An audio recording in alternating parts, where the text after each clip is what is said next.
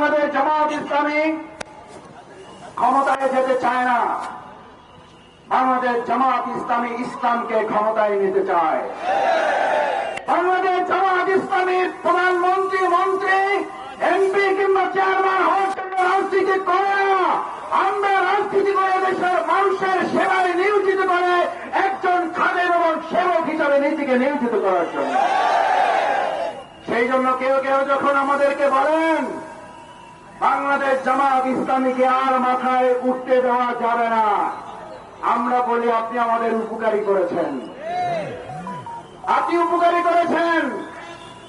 আপনার এই বক্তব্যের মাধ্যমে আপনার দলের কিছু লোকেরও আমার মন বলে আমাদেরকে ভোট দেওয়ার সিদ্ধান্ত গ্রহণ করে ফেলেছে।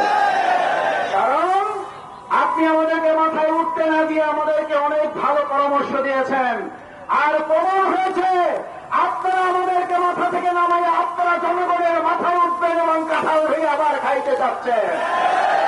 মাথায় উঠে কাঁঠাল ভাঙার রাজনীতি বাংলাদেশে 2024-এর জুলাই আগস্টের গণঅভ্যুত্থানে কবর রচনা হয়েছে। বাংলাদেশ জামাত ইসলামী জনগণের মাথায় উঠবে না।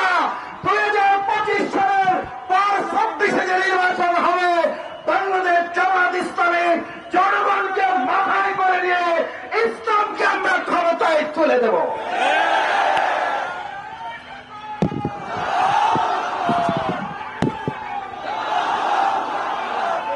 বাংলাদেশ জামাত ইসলামী আমি আমার বাপের কথা বলে এখানে ভোট চাইতে আসি নাই।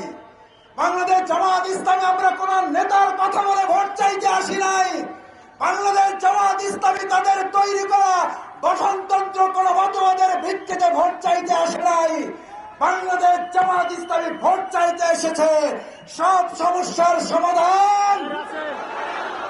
আসুন বাংলাদেশ জামাত ইসলামীর মতো করে আপনি আপনারা যারা আছেন তারাও যদি আলকোহলের ভিত্তিতে কাল থেকে কথা বলেন, বাংলাদেশ জামাত ইসলামী আপনার সাথে কালে কাঁধ মিলে কাজ করতে আমরা কি প্রস্তুত আছি না নাই?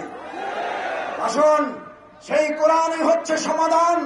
যেই কোরআন জাহিলি মদিনাকে সোনার মদিনা করেছিল, ওই কোরআনকে সামনে রেখে বাংলাদেশ জামাত ইসলামী যদি কাজ করে তাহলে এই ফুলতলা সোনার ফুলতলা হবে না? হবে না?